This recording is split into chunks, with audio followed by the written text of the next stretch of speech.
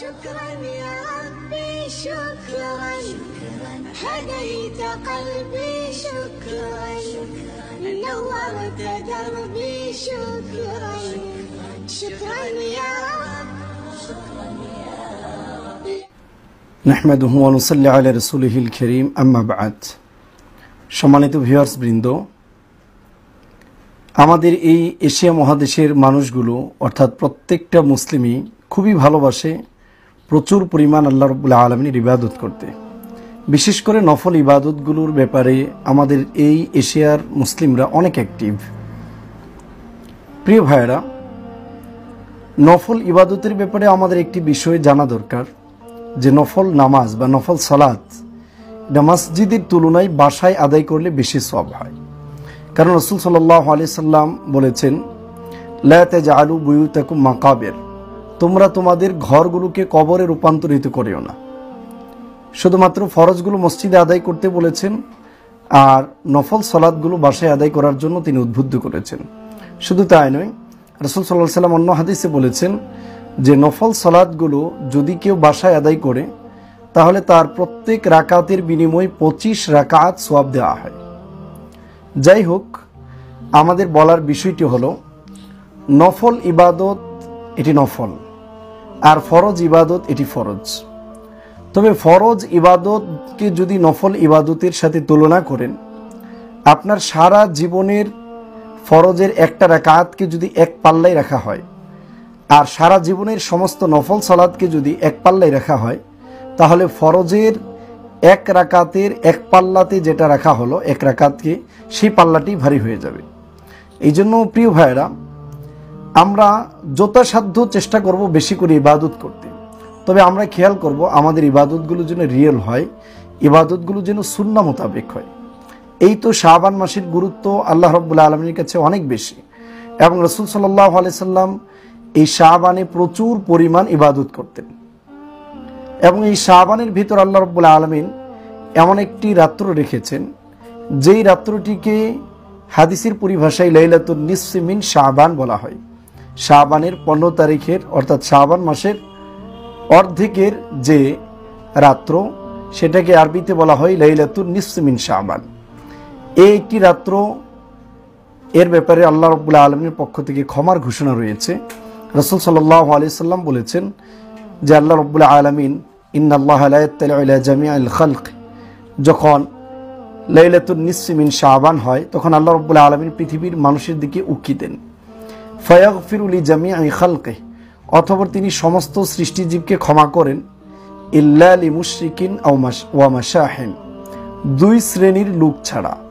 একদল যারা শিরকযুক্ত অবস্থায় রয়েছে তাদেরকে আল্লাহ রাব্বুল আলামিন ক্ষমা করবেন না। 2 নাম্বার, যারা হিংসায় ব্যস্ত রয়েছে আল্লাহ রাব্বুল আলামিন তাদেরকে ক্ষমা করবেন না। প্রিয় ভাইয়েরা, এই লাইলাতুন নিসফি মিন শাবানকে আমাদের দেশে বলা হয়ে থাকে শবে বরাত। আর এই শবে বরাতকে উপলক্ষ করে আমাদের দেশে যেইভাবে ইবাদত এর ক্ষেত্রে একটি বাড়াবাড়ি করা হয়, অনেক ক্ষেত্রে অনেক ধরনের বিদআত আমাদের সমাজে সংমিশ্রণ হয়ে যাচ্ছে। আর আমরা একথা খুবই ভালোভাবে জানি, ইবাদতের সাথে যদি কোনো ধরনের বিদআত সংমিশ্রণ হয় তাহলে সেই ইবাদতগুলো আল্লাহ রাব্বুল আলামিন কবুল করেন না। সেই জন্য আমরা নফল ইবাদত করব, বাট বিদআতগুলো থেকে অবশ্যই আমরা বেঁচে থাকব। কারণ শবে বরাত উপলক্ষে যেইভাবে আমাদের দেশে মসজিদগুলোকে আলোকসজ্জায় সজ্জিত করা হয়, এটা একটা বিদআতের অন্তর্ভুক্ত।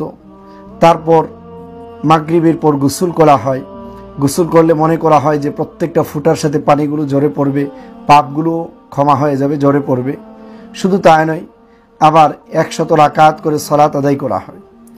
অথচ একথা আমার সাথে সমস্ত উলামায়ে কিরাম সব মানুষগুলো আমার সাথে ঐক্যমত পোষণ করবেন যে শবে বরাতের রাতের বেলা, অর্থাৎ শাবান মাসের 15 তারিখের রাতের বেলা মসজিদগুলোতে বাংলাদেশে যেইভাবে মানুষের প্রচুরতা হয়, এভাবে কিন্তু প্রত্যেকটা ফরজ নামাজের সময় আমরা লোকগুলোকে পাচ্ছি না। এর মানে কি নফলের মূল্য তাদের কাছে ফরজের তুলনায় বেশি হয়ে গেল? এটার দায়ভার কে নেবে? এই দায়ভার আমাদের উলামায়ে কিরামেরই নিতে হবে। আমরা উলামায়ে কিরাম শুধুমাত্র ওই দিনের ফজিলত এমনভাবে বর্ণনা করি যার কারণে দেখা যাচ্ছে যে মানুষ ফরজ ছেড়ে নফলের পেছনে দৌড়ানো শুরু করে। অথচ আমাদের উচিত হলো ফরজের ব্যাপারে মানুষগুলোকে বেশি গুরুত্ব দেওয়া। আর এই শবে বরাতকে উপলক্ষ করে প্রচুর পরিমাণ বিদআত হয়, এবং মানুষ বাংলাদেশে তো অনেকে আছে এই রাত্রকে উপলক্ষ করে মাজারে গিয়ে সিজদা দেই বিভিন্ন ধরনের। এবং এই রাত্রের ব্যাপারে বা এই রাত্রের সাথে সংশ্লিষ্ট যে ইবাদতের ব্যাপারগুলো আসে, এ ব্যাপারে যত হাদিসগুলো রয়েছে, এই হাদিসগুলোর ব্যাপারে প্রত্যেক মুহাদ্দিসিনে কেরাম কালাম করেছেন, কথা বলেছেন। এই জন্য আরব উলামায়ে কেরাম বলেন এবং যারা হাদিস সেন্সের উপর পড়াশোনা করেন, তারা বেশিরভাগ জনগণকে এই রাত্রে উপলক্ষ করে, অর্থাৎ লাইলাতুন নিসফ মিন শাবানকে উপলক্ষ করে আলাদাভাবে ইবাদত করতে নিষেধ করেন।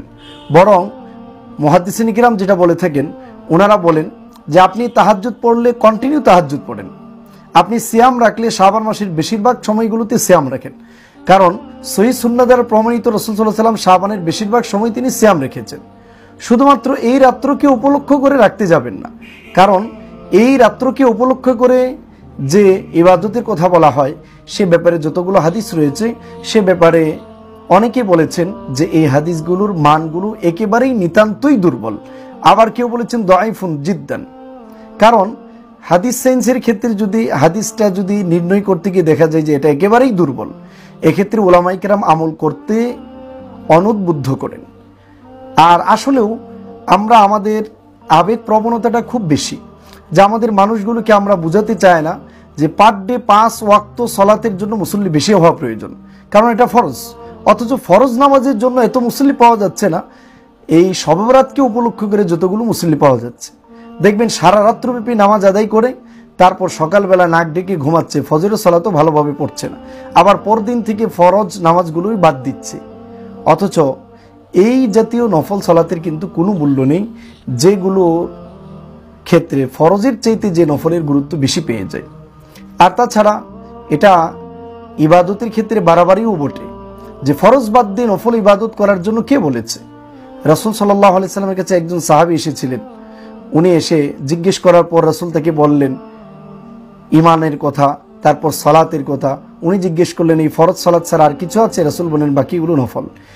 এইভাবে উনি শেষ পর্যন্ত শোনার পর বললেন, রাসূল আমাকে যা বললেন তার আমি লা আনকুসু, আমি তার কোনোটা কমাবো না আর বাড়াবো না। এবং উনি এটা বলেই চলে যাচ্ছিলেন। রাসূল সাল্লাল্লাহু আলাইহি ওয়াসাল্লাম তাকে বললেন, তোমাদের কেউ যদি দুনিয়াতে জান্নাতি লোক দেখে আনন্দ পেতে চাও তাহলে এই লোকটাকে দেখো। অথচ আমরা আমাদের ফরজগুলো আদায় করার ব্যাপারে এতটা সতর্ক হয় না, অ্যাক্টিভ হয় না। আমাদের উলামায়ে কেরামের জন্য উচিত হলো শবে বরাত উপলক্ষে ইবাদতের জন্য যতটা অ্যাডভাইস করেন, এর চাইতে বেশি অ্যাডভাইস করেন ফরজ সালাতগুলো আদায় করার জন্য। এর চাইতে বেশি অ্যাডভাইস করেন কন্টিনিউ প্রতিদিন নফল সালাত আদায় করার জন্য, কারণ এটা আমাদের দায়িত্ব। আর এটা যদি আমরা করি এটা আমাদের জন্য কল্যাণকর। বাসা বাড়িতে বেশি করে নফল সালাত আদায় করার জন্য বলেন, তাহলে ওই বাবার নফল সালাতগুলো আদায় করা দেখে সন্তানরাও সালাত আদায় করা শিখে যাবে। অথচ আমরা এই দিনটাকে উপলক্ষ করে কত ধরনের বিদআতের সংমিশ্রণ আমাদের দেশে করা হচ্ছে, এটা কল্পনারও বাহিরে। এই জন্য সামনে যে লাইলাতুন নিসফ মিন শাবান আসছে, এটা আমরা হাদিসের পরিভাষা অনুপাতেই বলবো।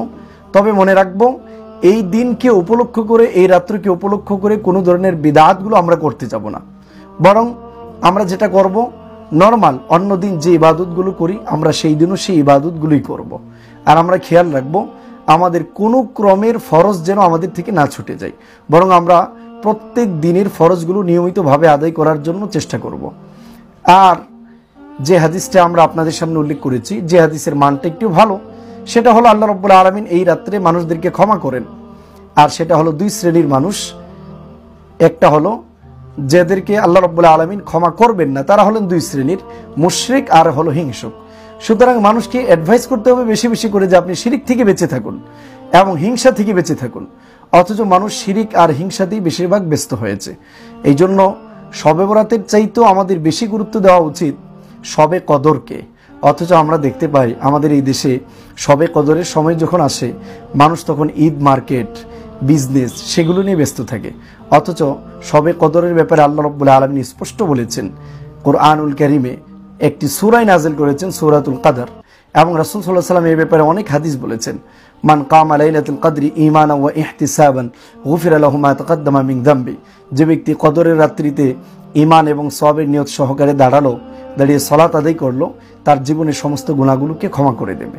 সেই জন্য প্রিয় ভাইয়েরা, আমরা চেষ্টা করব এই লাইলাতুন নিসফ মিন শাবানকে উপলক্ষে করে কোনো ধরনের ইবাদত না করতে, বরঞ্চ আমরা কন্টিনিউ তাহাজ্জুদ আদায় করব, কন্টিনিউ বেশি করে নফল সালাত আদায় করব এবং ফরজের গুরুত্বটা বেশি দেব। আল্লাহ রাব্বুল আলামিন আমাদের সকলকেই শাবান উপলক্ষে যে বিদআতগুলো আমাদের সমাজে প্রচলিত আছে, সব ধরনের বিদআতগুলো থেকে আমাদেরকে বেঁচে থাকার তৌফিক দান করুন।